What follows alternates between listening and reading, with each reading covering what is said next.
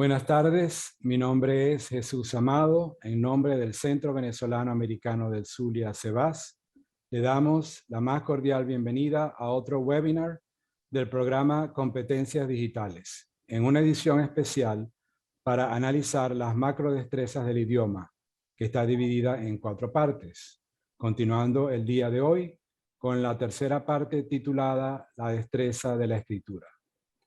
La escritura es la representación gráfica de nuestro lenguaje y es una de las cosas más difíciles de aprender, ya que requiere diversas habilidades como comprensión lectora, construcción de oraciones, transcripción, entre otras, para poder expresar las ideas con claridad y coherencia. En esta sesión compartiremos diversos recursos que puedan ser útiles a maestros y a estudiantes para potenciar el desarrollo de esta competencia de una manera interactiva y sencilla de acuerdo con las habilidades de los alumnos. Para hablar de este interesante tema, invitamos a la doctora Mayela Vilches, licenciada en Letras, magíster en Lingüística, doctora en Ciencias Humanas, egresada de la Universidad del Zulia y docente de esta casa de estudio, con posgrado en Ciencias Sociales de la Universidad de Córdoba en Argentina. Le recordamos a la audiencia que tendremos una ronda de preguntas y respuestas al final de la disertación, por lo que lo invitamos a colocar sus comentarios y preguntas en el chat, las cuales serán respondidas en su momento. Por razones de seguridad, las cámaras y videos de los participantes estarán desactivadas. Sin más preámbulos, le damos la bienvenida a la profesora Mayela. Sí, bueno, buenas tardes a todos. Debo comenzar diciendo que para mí es una gran satisfacción recibir esta invitación de un centro como este, ¿verdad? Donde hay toda una tradición de la enseñanza de nuestra lengua hermana. Y por supuesto, es muy gratificante saber que comparten, sí, que pertenecemos a comunidades lingüísticas compartidas y que comparten esta preocupación que llena la vida de los profesores que escogimos. Hicimos una vez una elección, que yo creo que es una elección de compromiso de vida, que es trabajar por la enseñanza del idioma. Hay una cosa bien interesante que yo quisiera realmente hacerlos a ustedes partícipes. Yo vengo de una experiencia, por supuesto, desde muy joven en la escuela secundaria. Tuve maestros excelentes en mi proceso de formación, antes de llegar a la universidad y en la universidad. Y me enseñaron una cosa que ha marcado mi vida de trabajo académico, mi compromiso, ¿verdad? Realmente con mi profesión, que es el amor al idioma. Ese compañero permanente, intangible, que nos acompaña siempre toda la vida.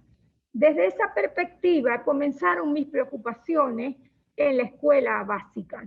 Los estudiantes tenían grandes dificultades para expresar, muchas veces para expresar sus ideas, ¿verdad?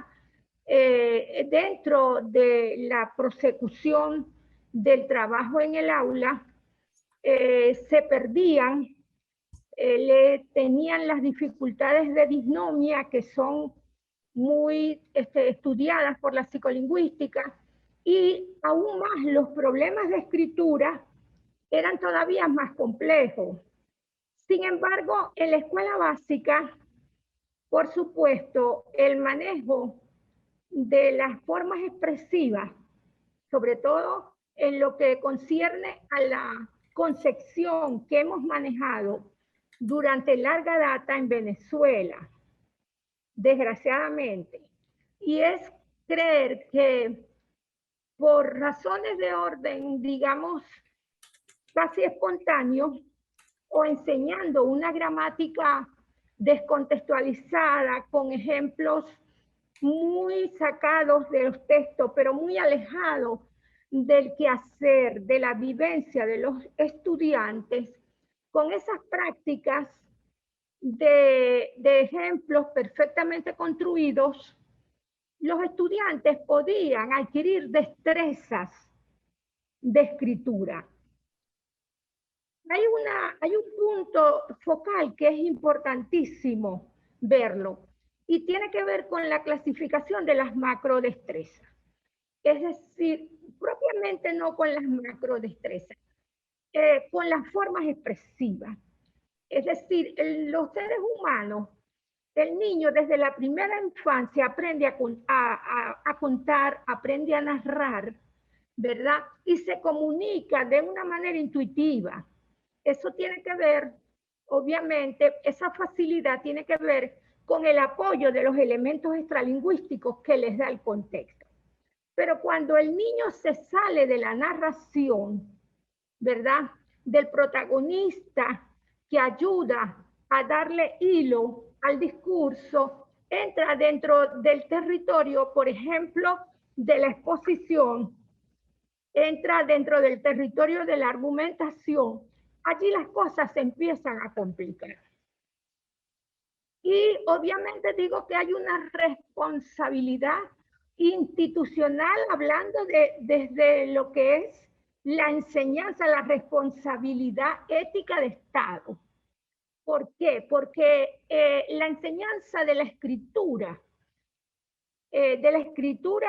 formal, no tiene que ser dirigida, tiene que ser enseñada, tiene que ser ejercitada con la propia lengua, con las propias producciones de los estudiantes.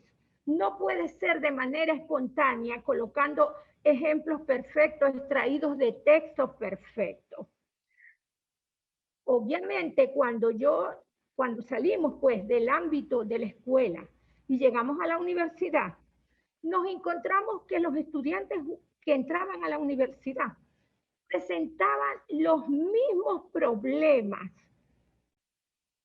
que los estudiantes de educación media, con la diferencia de que el estudiante ya de universitario exhibía mayor vocabulario, mayor cúmulo, digamos, por supuesto, de experiencia, y eso le permitía el manejo de un almacén de recursos lingüísticos mayor. Pero aún cuando llegamos a nivel de posgrado, nos vimos también en la problemática ya más compleja, que el estudiante de posgrado no sabía manejar el discurso académico. No solamente en lo que tiene que ver, por supuesto, con los mecanismos formales, la forma de citas, sino aún todavía más grave, con la construcción del discurso, con la construcción semántica del discurso. Reflexionando sobre esto, ya por supuesto en el ámbito universitario, comenzamos a compartir con nuestros pares esta situación y llegamos a la conclusión de que en la escritura del estudiante universitario había un desajuste que era muy visible, que tenía un fondo que tiene que ver con el manejo de la sintaxis, pero que obviamente generaba un desajuste en la semántica, en la comprensión, en la construcción de las ideas. Y nos dimos cuenta que los estudiantes nuestros tendían a construir formas sintácticas, una oración principal, ¿verdad? Acumulaban oraciones subordinadas de una manera continua, sin respetar la estructura del discurso, donde las oraciones principales van apareciendo las oraciones secundarias, perdón, van apareciendo para darle orden y sentido a la oración principal. Esto tenía que ver, generaba a nivel semántico textos circulares, textos ambiguos y difíciles de procesar, que muchas veces uno intentaba que el estudiante realmente explicara qué era lo que había querido decir en el examen y lograba poco. Lograba poco porque ni él mismo realmente conseguía las palabras en las formas orales para expresar ese discurso, obviamente codificado. De allí entonces que descubriendo que la pérdida del referente, del tema, ¿verdad? Era sumamente notable, sobre todo en el manejo de la exposición. Uno solicitaba al estudiante que cuando hacíamos los test para diagnóstico, solicitaba al estudiante que el estudiante expusiera, por ejemplo, la problemática que los efectos del alcohol en el individuo, por ejemplo. Y el estudiante empezaba diciendo, el alcohol hace mucho daño en el organismo. Por supuesto, tenía una entrada de manejo de texto expositivo, pero inmediatamente se venía a la primera persona, perdía la tercera persona, propio del lenguaje positivo, ¿verdad? Perdía, por supuesto, los mecanismos de cohesión propios de la impersonalidad, loco. Y así inmediatamente, de pronto, volvía a tomar el texto expositivo, pero inmediatamente lo soltaba y tomaba el texto narrativo. Obviamente eso se da por las grandes distancias que hay entre la narración como forma primaria en el ser humano de comunicación y la exposición como un discurso sincrético, un discurso cerrado que está caracterizado por la contextualidad. Y esa contextualidad no se construye con elementos de orden extralingüístico, sino con recursos propiamente lingüísticos que están ocultos en el texto. Bien, entonces de esa manera surge el proyecto de investigación que nos ha llevado a un grupo de investigadores. Entre ellos destaca que ha trabajado muchísimo conmigo la profesora Beatriz Manrique, nos llevó a la idea de empezar a construir formas, ¿verdad? Modelos de aprendizaje que le explicitaran a los estudiantes todos esos nudos internos que constituyen el texto. La idea era, nos surgió entonces que teníamos que acudir a buscar recursos dentro de lo que se conocía en ese momento en boga, hace por supuesto, unos 15 años, que manejábamos los recursos de la gramática del texto, la construcción del texto, y los recursos de la lingüística del discurso.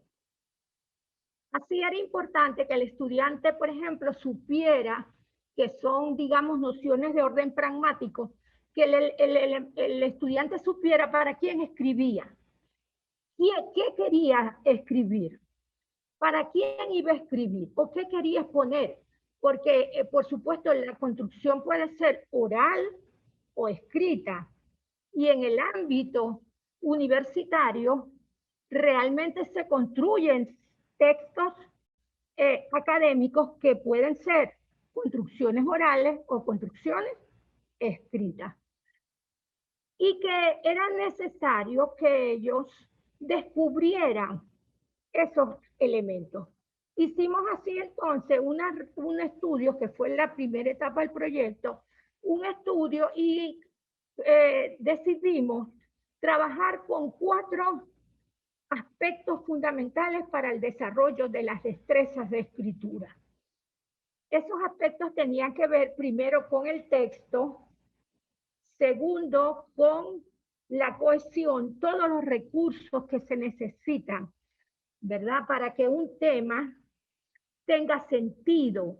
Explicarle al estudiante esa noción que es importantísima de tiempo lingüístico, donde obviamente cuando yo construyo un texto, tiene que haber una perfecta relación entre lo que dije, lo que acabo de decir, lo que estoy diciendo y lo que voy a decir. Es decir, entre el ayer lingüístico, el ahora y el después. Entonces, desarrollamos el segundo mapa semántico que estuvo dedicado a lo que es la cohesión del discurso. El tercer mapa semántico lo desarrollamos a través de la coherencia, que ya tiene que ver con la estructura significativa del texto, ¿verdad? Los diferentes tipos de coherencia. Y por último, lo que llamábamos nosotros la parte semántica del texto, que tiene que ver con la escritura, ya con la noción de desarrollo escrito, y trabajábamos con algunas nociones de escritores bien importantes que tuvimos la oportunidad de recibir formación de ellos, como Bandí, trabajando lo que era la construcción de las macro y las microestructuras. Yo quisiera que presentáramos un momento esos mapas semánticos para que ustedes rápidamente tengan la idea de cuáles eran esos aspectos fundamentales. Al nosotros desarrollar estos mapas semánticos, nos dimos cuenta que a esto había que ponerle movimiento, que había que ponerle dinamismo, y es cuando surge, ¿verdad? Cuando surge la idea de hacer el software educativo, que lo titulamos Descubriendo mi mundo, o descubriendo el mundo a través de mis textos.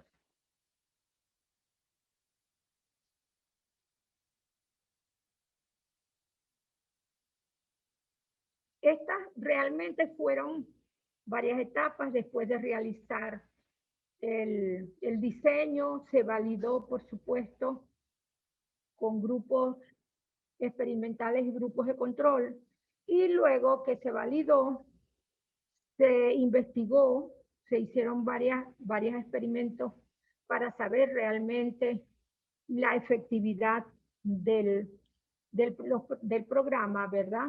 Y después entonces fue cuando fuimos a la fase ya de incorporación tecnológica, porque consideramos que la escritura es tan compleja, y trabajar desde esta perspectiva textual, donde la correferencialidad es importantísima y hay que ir relacionando los términos lexicales con los términos pronominales, con la riqueza y la abundancia de los pronombres en forma, digamos, de representantes de elementos léxicos que tiene nuestro idioma, y que además es muy rico, porque es allí, digamos, la riqueza léxica que tiene el castellano, y cómo estos elementos de forma sincrética, ¿verdad?, con cierto grado de complejidad, pueden representarse no solamente de manera oral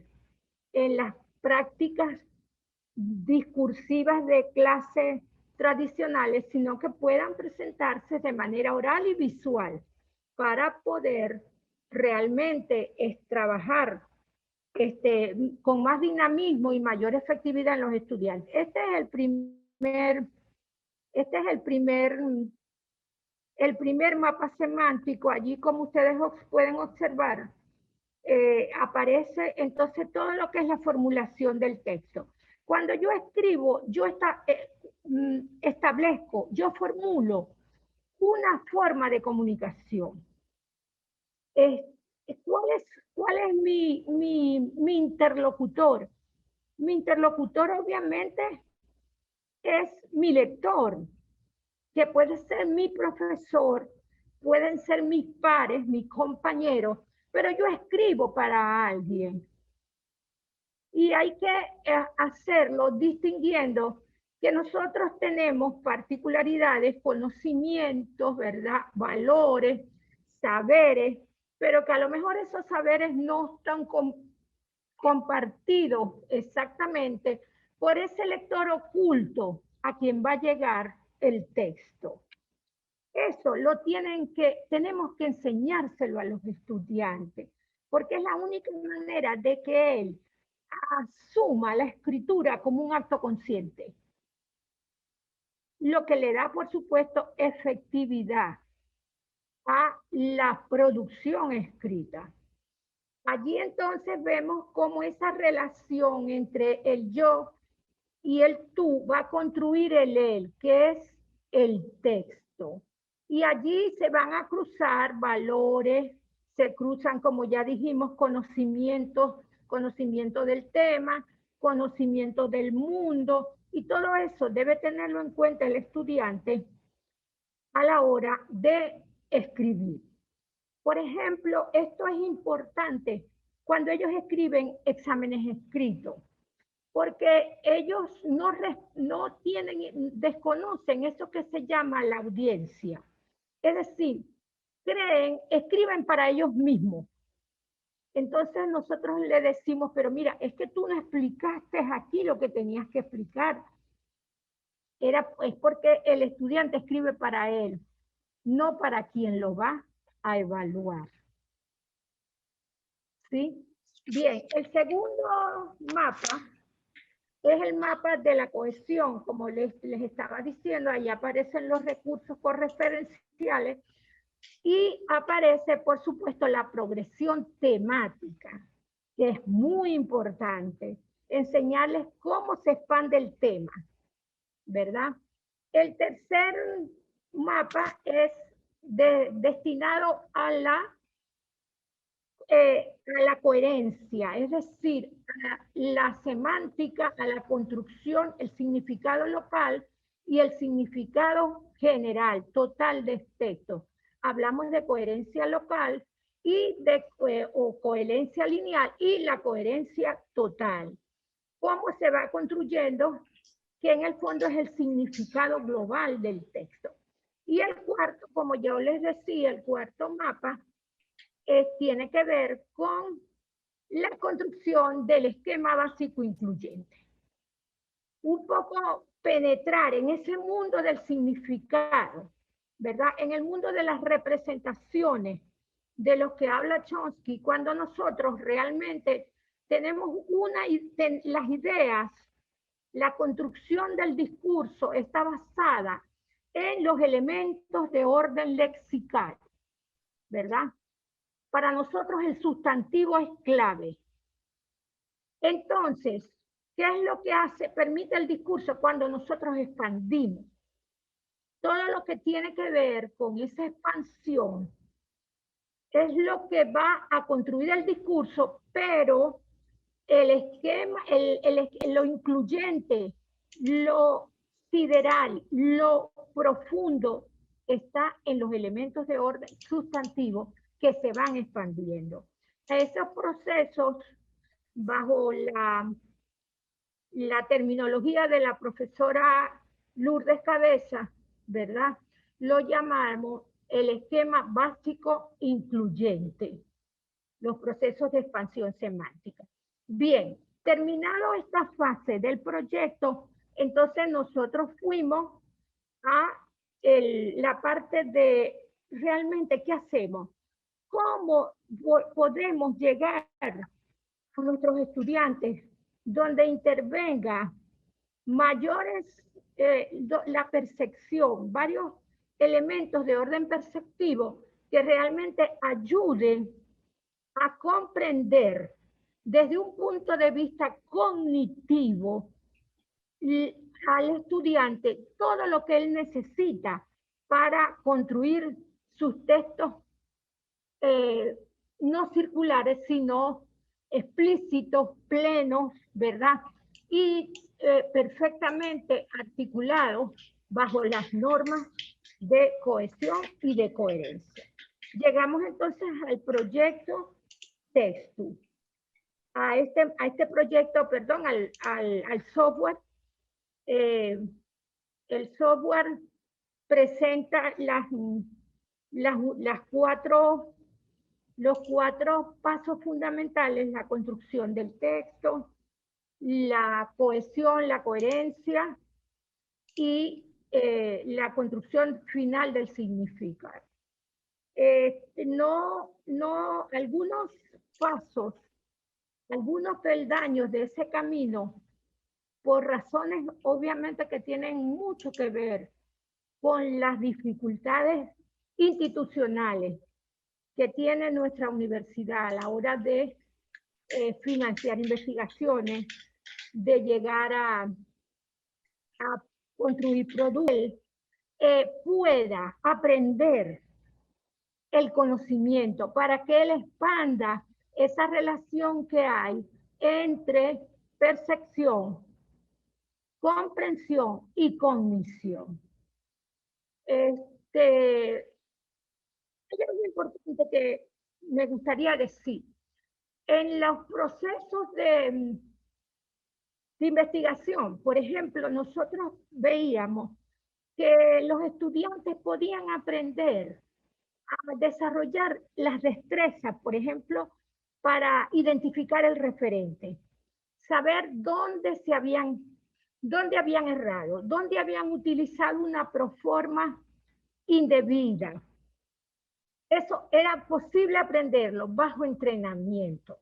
Ahora, ¿qué cosa es difícil aprender bajo entrenamiento? El vocabulario. Porque el vocabulario es la experiencia de vida de la persona. Por eso es tan importante la lectura. La lectura es insustituible. Insustituible. Nada puede sustituir la lectura. En eso, de verdad que nuestro país está muy, pero muy retrasado. Porque además los programas de lectura que se formulan deben tener acompañamiento.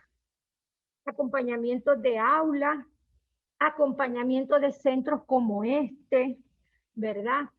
Que realmente sea un esfuerzo del colectivo, un esfuerzo nacional. Si los estudiantes no leen, no tienen experiencia de orden cognoscitivo, y les va a costar a la hora de redactar separar lo anecdótico de lo esencial.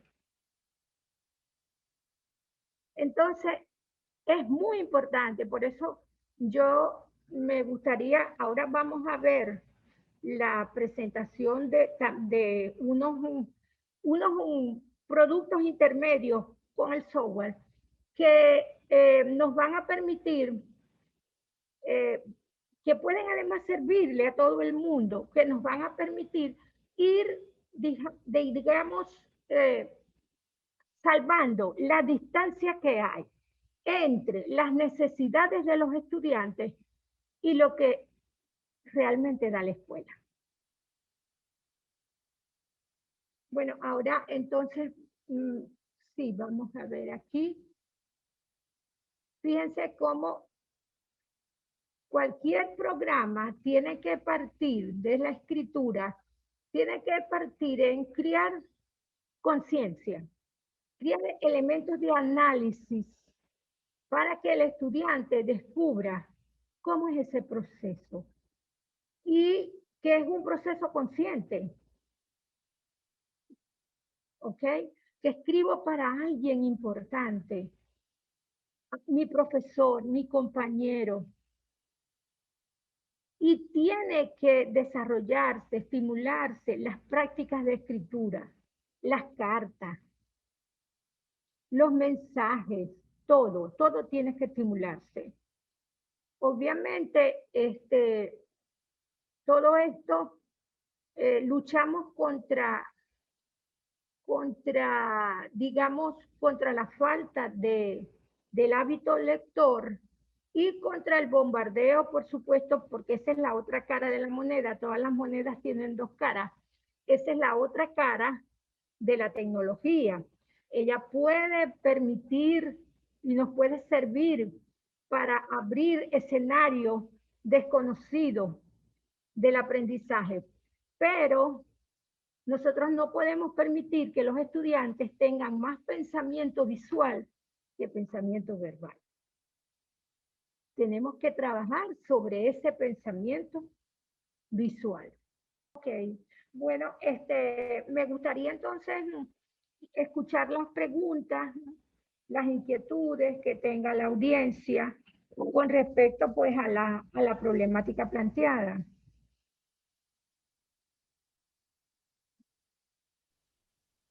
Tenemos una pregunta de Ever San Juan. Dice, si son 4 aspectos básicos, por favor, ¿podrías resumir en forma sencilla estos pasos? Por ejemplo, utilizando oraciones de no más de 30 palabras para que se pueda entender lo que debe hacer el estudiante. ¿Cómo no? Por ejemplo, el primer paso es descubrir el texto, ¿verdad? Para descubrir el texto, como planteábamos ahí, es reconocer sobre todo la situación de comunicación, porque la lengua escrita es fundamental. Reconocer la situación de comunicación. ¿Por qué? Porque tú vas a tener un interlocutor oculto que no sabes quién es. Y por lo tanto, tú no puedes dejar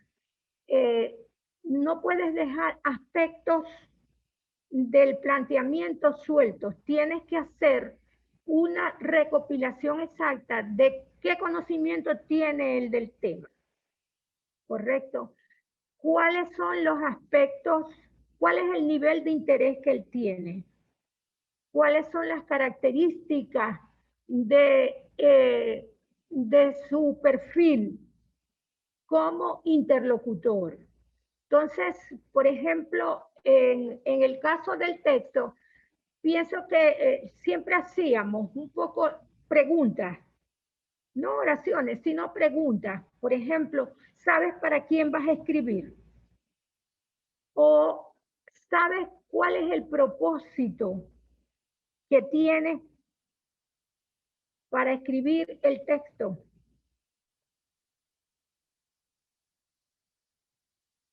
O que el estudiante escoja un tema de cualquier área, porque esa es otra cosa muy importante. La enseñanza del lenguaje tiene que estar al servicio del aprendizaje de todas las disciplinas. Porque para eso es. Nosotros tenemos que hacer explícitos los procesos que se dan de manera inmediata, que se dan de manera natural al manejar la lengua madre. Entonces, esa sería para el primer paso. El segundo paso, por ejemplo, el segundo ejemplo que te permitiría a ti visualizar los elementos referenciales, ¿verdad? Por ejemplo, Juan vino ayer, llegó tarde, tenía poco interés. ¿Qué tienes que preguntarle al estudiante? Primero, ¿de quién se habla? Se habla de Juan. Así se da la cohesión. Comienzas primero con una entrada léxica, Juan. Luego, cuando el estudiante escribe llegó tarde, ¿qué pasó? ¿Dónde está el sujeto? Bueno, hay una elisión. Ese es un proceso de cohesión. La estructura de la lengua del castellano te permite a ti callar el sujeto. Porque existe, ¿verdad? Lo que nosotros llamamos el sujeto tácito, manifestado a través de las formas en las cuales termina la construcción verbal. El siguiente es otro elemento de orden que tiene que ver con la elisión. Entonces, ¿qué gana ahí el estudiante? Si tú le colocas y lo pones a que él repita Juan, Juan, Juan, ¿qué pasa? Que el lenguaje entonces se construye con una extrema pobreza y una extrema redundancia. Nuestra lengua tiene los artificios, tiene las estrategias a través de los recursos de cohesión para evitar la redundancia. Igual con la referencia, ¿verdad? La referencia se da fundamentalmente dos tipos de referencia. La referencia deíctica que se da en la lengua oral, mira esto, está señalando algo, ¿verdad? Y la referencia anafórica, que es la que construye la textualidad. Y esa referencia anafórica está representada por la variedad de pronombres que nosotros tenemos.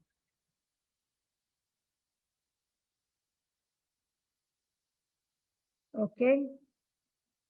Por ejemplo, en un texto como Mozart, Mozart se presentó hoy en la urbe austríaca. Sus notas musicales inundaron la plaza. Mozart deleitará hoy a toda la audiencia. Entonces, ahí tú ves que hay elisión, hay sustitución, ¿verdad? Y hay una serie de recursos que si tú los presentas de manera gráfica, el estudiante le es mucho más fácil ir captando la situación y captándola dentro de la producción de sus propios textos. En el caso de la coherencia, es un poco poner ejemplos para ver la correlación de los significados. ¿Dónde está el significado global? ¿Y dónde se expande ese significado? ¿Dónde se da la conclusión del significado? ¿Dónde se concluye el texto? ¿Dónde está el cierre? Y en el caso de la cuarta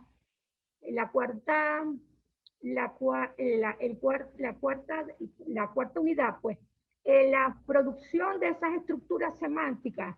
Por ejemplo, pasó una niña.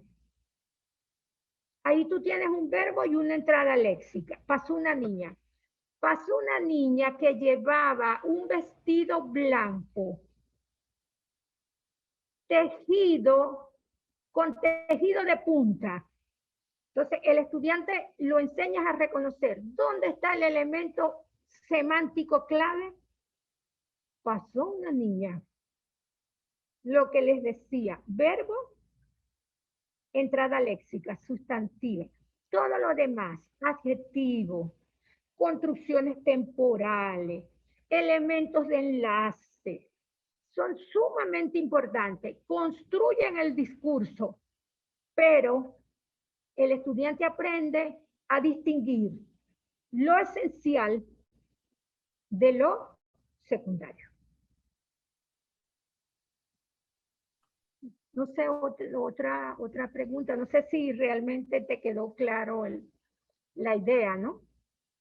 Creo que sí. Gracias, profesora. Tenemos una pregunta de Milángela Ariza.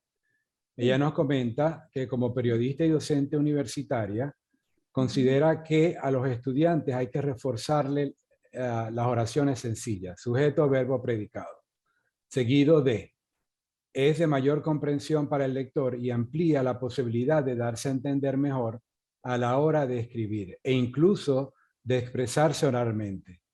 Y así considero que pueden llegar a entender mucho mejor todos los procesos semánticos, sintácticos, entre otros. Sí, tienes razón. Mira, la oración, el párrafo largo, ¿verdad? Es propio de escritores con mayúscula.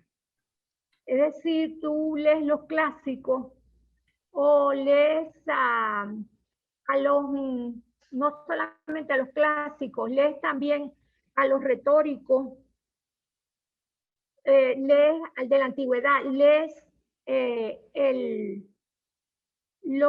por ejemplo, los narradores latinoamericanos. Y obviamente puedes encontrar estructuras muy bien. Sarmiento, por ejemplo, el argentino, es increíble en el uso de la construcción larga, de la frase larga, ¿verdad? No pierdes nunca el tema, no pierdes lo que uno dice, no pierdes la idea, no pierdes el referente del que estás hablando. Pero eso es escritores súper expertos. Obviamente a los estudiantes sí, permanentemente se les recomienda. Y yo entiendo además tu preocupación porque me imagino que esa es una máxima fundamental en la Escuela de Comunicación Social. Es preferible utilizar la frase corta, ¿verdad? Para que las ideas sean más claras y los procesos también más de prosecución de esas ideas sean más rápidos. Gracias, profesora. También hay que tomar en cuenta que, como le decía usted, a quién le vamos a escribir y para qué vamos a escribir. Muchas veces los estudiantes, sobre todo si no dominan la escritura en su idioma natal, en su lengua madre, con más dificultad se les va a presentar para escribirle un segundo idioma. Sobre Claro. todo en un idioma como el inglés, que al contrario del español, las frases en español son muy largas, se puede escribir frases muy largas seguidas de comas, comas, comas, cosa que en inglés no sucede. En inglés son No sucede. frases cortas, punto y seguido. Entonces eso se les dificulta más al alumno. Muchas veces uno le pregunta, ¿pero qué quieres escribir? ¿Qué es lo que quieres decir? Y el problema es que ellos no saben lo que quieren decir, porque no lo saben ni siquiera expresar en su idioma natal. Sí, exactamente, sí. Esas dificultades que tienen para escribir una primera lengua se expanden cuando están aprendiendo una segunda lengua, obviamente. Así es. Sí, porque además de que tienen ese problema, se presenta la dificultad de que es una gramática, reglas gramaticales distintas. Las cuales ellos deben dominar para llevarlo al otro idioma. Y el utilizar el Google Translate muchas veces no funciona porque tiene que estar, para que Google Translate funcione, tiene que estar muy bien escrito en el idioma original, por ejemplo, en el español, para que al momento que Google Translate haga la traducción, tenga una coherencia en inglés. Sin embargo, nunca va a ser igual porque los artículos en español que tienen género, masculino o femenino, en inglés no existen. Entonces siempre se presenta ese problema. No, y la otra cosa que no existe en inglés, que nos cuesta muchísimo a nosotros, por supuesto, cuando estamos aprendiendo el inglés, es que no hay los morfemas de tiempo, ¿verdad? No existen esos morfemas de tiempo, sino con determinadas construcciones, ¿correcto? Pero no están los morfemas, digamos, propios, las flexiones verbales, que son propias del castellano y del español. Y uno dice, bueno, hay gente que dice, me cuesta más el español. Y si uno reflexiona, se da cuenta que el español tiene 11 tiempos verbales. Es decir, aprender una persona 11 tiempos verbales, ¿no? En el fondo, la marca de su lengua madre no desaparece. ¿Verdad que sí? No va a desaparecer la estructura de su lengua madre. Entonces, en el caso, digo, porque muchas personas me dicen, no, es que aprender el español es más difícil que aprender el inglés, por supuesto. Porque hay lo que usted dice, las frases largas, los morfemas, ¿verdad? Determinados morfemas que indican ya muy rápidamente el tiempo, el aspecto, el modo, las modalidades que son nuestras. Es bien complicado, sí. Y aunado a eso también la forma de escribir y expresarnos. El español es un idioma que yo digo es así, a ver si lo pongo en la cámara. Tiene Sí, muchos zigzagueos y el zigzag, inglés es un vuelve y idioma que viene, es lineal. O sea, la información lineal. es Ujú, directa y precisa. y Cosa, precisa. por lo tanto, lo que nosotros queremos decir en español no lo podemos decir de la misma forma en inglés. En español Sí. nosotros tenemos lo que antes se llamaba como cantinfleo. O sea, el poder hablar Ajá, por mucho tiempo sin decir nada, cosa que en decir inglés nada, es imposible de hacer, porque el inglés es un de idioma hacer. directo. Exacto, sí. Si tienen alguna otra pregunta, si no procedemos entonces a la encuesta de satisfacción. Yo quería acotar como técnicas para mejorar la escritura Ujú, en otro idioma principalmente. ujú. Yo les recomendaría que a los profesores que enseñan inglés utilizar una aplicación que se llama Grammarly. Es una Ok. aplicación que te corrige la gramática de Ujú, algo que uno haya escrito. Entonces uno ok. escribe el párrafo que uno quiera, lo pasa a Grammarly Ujú, y Grammarly le dice las palabras que están mal escritas o la estructura. Lo mismo tiene Word. Cuando uno escribe un documento en Word, Word le hace sí, correcciones de palabras que estén mal escritas o incluso si le falta un verbo o alguna sugerencia, Word tiene esa posibilidad. Y ok, como sí, profesor también recomiendo, y para evitarnos mucho trabajo a la hora sí. de corregir, cuando le mandamos a un alumno a que escriba algo, hacer trabajos en grupo. Quiero decir que el alumno va a escribir, por ejemplo, una solicitud, la tarea es hacer una solicitud para ingresar a una universidad. Ellos hacen un borrador y para evitarnos nosotros, el profesor, el tener que doble trabajar, le decimos a un compañero, a que el alumno le pase a su compañero el texto El para que texto. éste lo corrija y le haga preguntas. Entonces, ese borrador luego se lo devuelve al autor original para que le haga una segunda corrección. Quiere decir que cuando ya llega a nosotros, ya los compañeros, ya los alumnos se han compartido el texto y ya ha pasado Ujú. como que por una primera Un primer lectura. filtro. Y esto además habilita de que el alumno, además de escribir, va a practicar el escucha y el habla, porque va a Claro, conversar con el otro acerca de lo que quiere escribir. exacto. Interesante. Voy a Sí, colocarles aquí el nombre de la aplicación que les sí, recomendé. Grammarly hace correcciones de texto sí. en inglés principalmente. No sé Ujú. decirles si tiene otros idiomas, pero los hace en inglés. Perdón que me equivoqué escribiéndolo. Grammarly sin la otra A. Ajá. ¿Ok? Y voy a colocar entonces la encuesta de satisfacción, si por favor los presentes tienen a bien llenarla, ya que sus comentarios son importantes para nosotros. Claro que sí. Ahí les envié el link, le hacen clic y pueden llenar la encuesta. Joemma pregunta, gracias por compartir el link para nutrirnos de los conocimientos de la profe y que se den estos espacios para construir las formas de modelos que explicitan el texto. Saludos desde Chile. Gracias, Joena, por contactarnos desde Chile. Una de las grandes dificultades creo que también presentan los alumnos Ujú, es que no sé si es que falla el enseñar la escritura en los colegios, en las escuelas. Los alumnos llegan a la universidad y no están preparados para escribir, y sobre todo escribir textos académicos. Y ujú. muchas veces nosotros aquí en Sebas nos hemos dado cuenta cuando van a escribir en otro idioma, es que no saben escribir en su idioma natal o pretenden escribir de la misma forma que habla. Y ¿En la, qué y habla? el- Ujú. la manera que uno habla, que uno habla no es la misma manera con la que uno Por escribe. supuesto.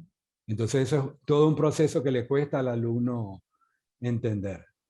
Claro que sí. Es decir, ese pase entre lo que es ese salto de la lengua oral a la lengua escrita está, digamos, eh, está pautado o está asignado por ese concepto de la contextualidad. Si allí no hay, no pueden haber marcas orales. Hay un trabajo que nosotros hicimos que se titula así, Marcas orales Es increíble la cantidad de marcas orales en los textos de los estudiantes. Es decir, listar, ¿verdad? Clasificar y categorizar. Eso fue un trabajo, pero bueno, pues, porque realmente ellos escriben como hablan.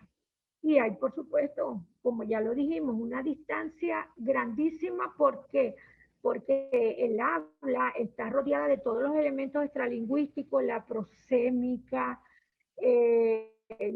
los gestos, las señales, los elementos suprasementales como el énfasis cuando habla uno, ¿verdad? Y en la escritura no, en la escritura desaparece todo eso, no hay elementos suprasementales, no hay gestos, no hay señales de ningún tipo, no hay proxemia.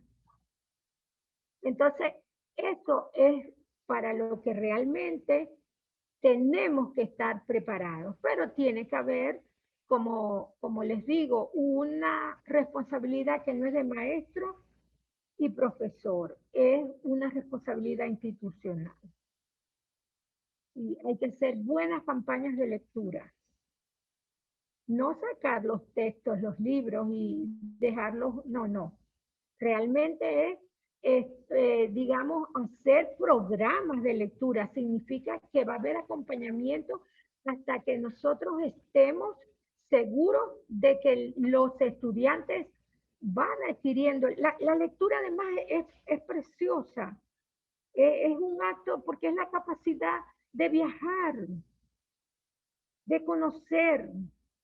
Y en esta época en que hemos pasado la pandemia, bueno, pues hubiera sido fabuloso aprovechar las campañas de lectura con materiales sencillos, sobre todo en la primera infancia. Es bien importante, es decir, ya lo que es la escuela, la primera escuela, que yo llamo la primera escuela de primero a cuarto grado.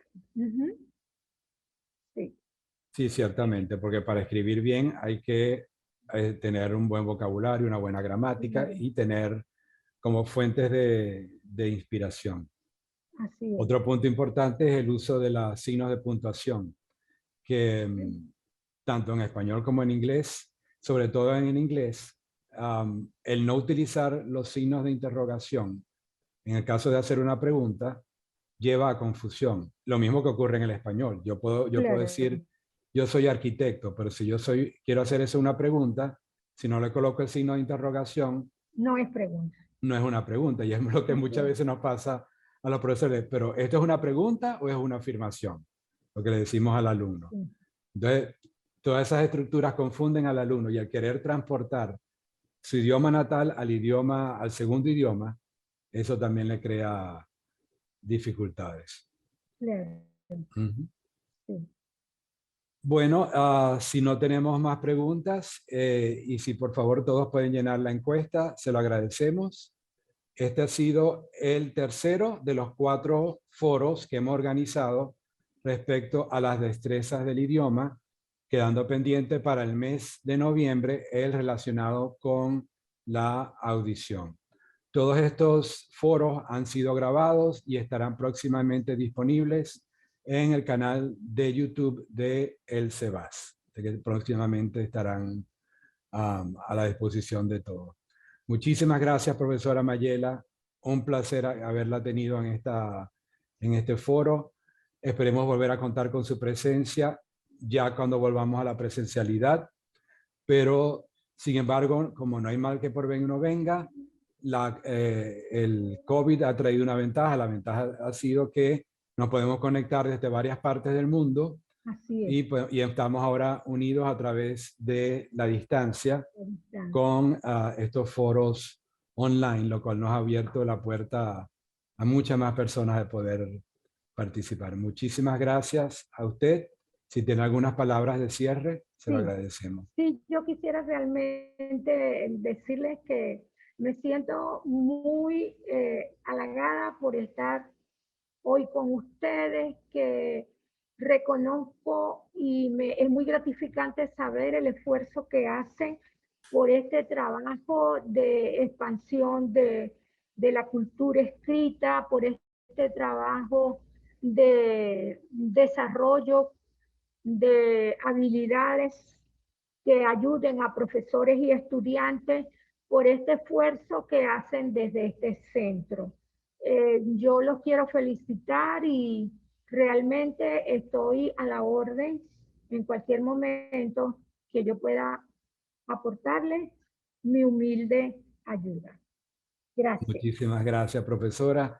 Muchísimas gracias al público asistente. Ha sido un placer y será hasta una próxima actividad. Les invitamos a que nos sigan por nuestras redes sociales, donde informamos acerca de los próximos eventos.